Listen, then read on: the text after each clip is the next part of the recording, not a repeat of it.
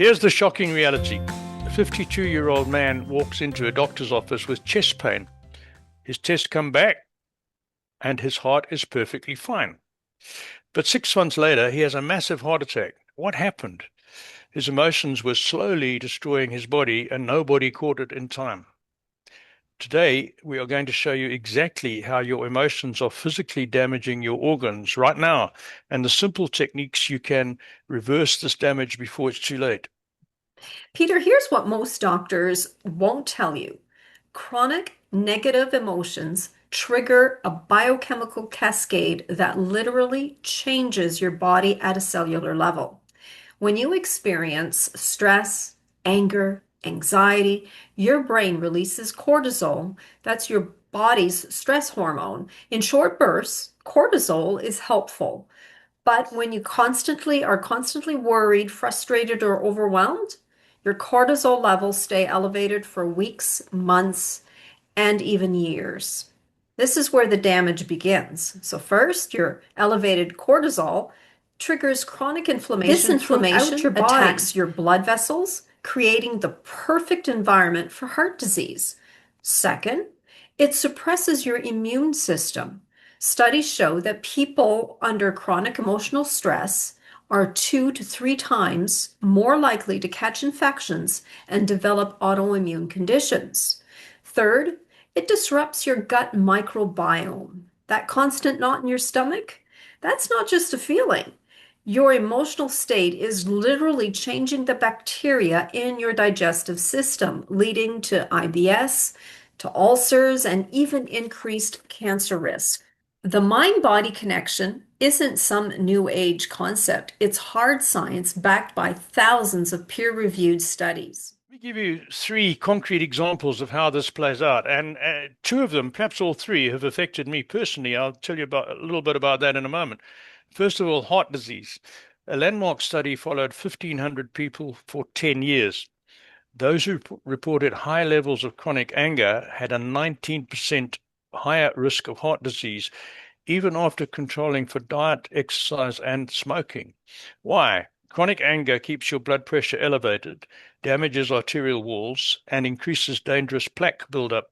I had the experience that despite living what I thought was a really healthy life and running ultramarathons, there's a picture behind me there, at the age of 60, I had a heart attack, right?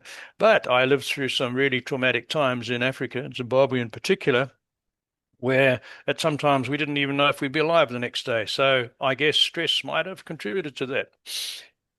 The second example is digestive disorders. Your gut has more neurons than your spinal cord. Isn't that incredible?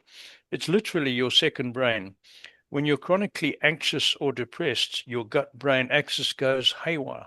This is why 60 to 70% of people with IBS also have anxiety or depression. The emotional state comes first, then the physical symptoms follow. Again, I've been diagnosed with IBS and I've had the condition for going on 30 years, I guess.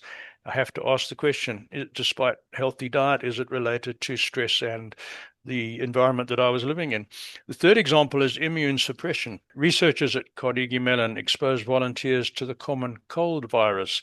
Those reporting high stress levels were twice as likely to develop cold symptoms. Your emotional state literally determines whether your immune system can fight off basic infections. And here's the scary part. Most people don't connect these dots. I certainly didn't.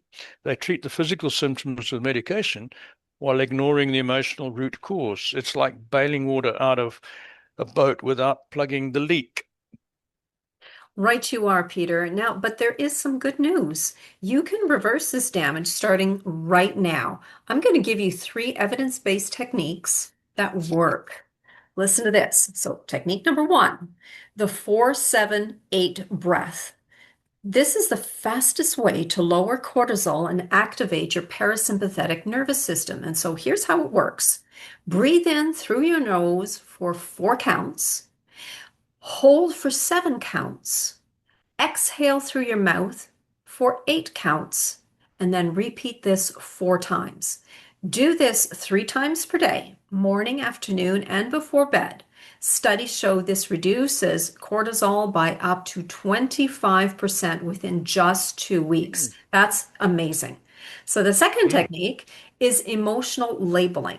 When you feel a negative emotion rising, pause and name it specifically. Now, don't just say, I feel bad. Say, I feel frustrated because, or I feel anxious about. Brain scans show that simply labeling your emotions reduces activity in the amygdala, your brain's fear center, by up to 50%. This prevents the cortisol cascade from even starting. Technique number three, daily gratitude practice. I try to do this every day as well. Every evening, write down three specific things you're grateful for. Not generic stuff like my family. Be specific. I'm grateful my daughter called me today, or I'm grateful my back pain was less severe today. Research from UC Davis shows this practice reduces inflammatory markers in your blood by 23% after just 8 weeks. You're literally changing your biochemistry by changing your focus. The key, though, is consistency. These aren't one-time fixes. They're daily practices that rewire both your brain and your body. Wow, that's interesting. And I also practice writing in a gratitude journal. I've been doing it for years. I do mine in the morning, and I write down 5 things that I'm grateful for every morning. And it's a habit I've got into, and I feel my day is not complete unless I start off doing that. So I really believe in it. What's the next step? Your body's keeping score of every unprocessed emotion, every chronic stressor, every moment of unmanaged anger or anxiety. But you now have the tools to change the trajectory. Start with one technique. I recommend the 4-7-8 breath because you'll feel results within minutes. Do it right now with me before you even finish this video. Here we are. Let's go. We breathe in for 4 counts. We hold it for 7 counts. And we exhale through our mouth for 8 counts.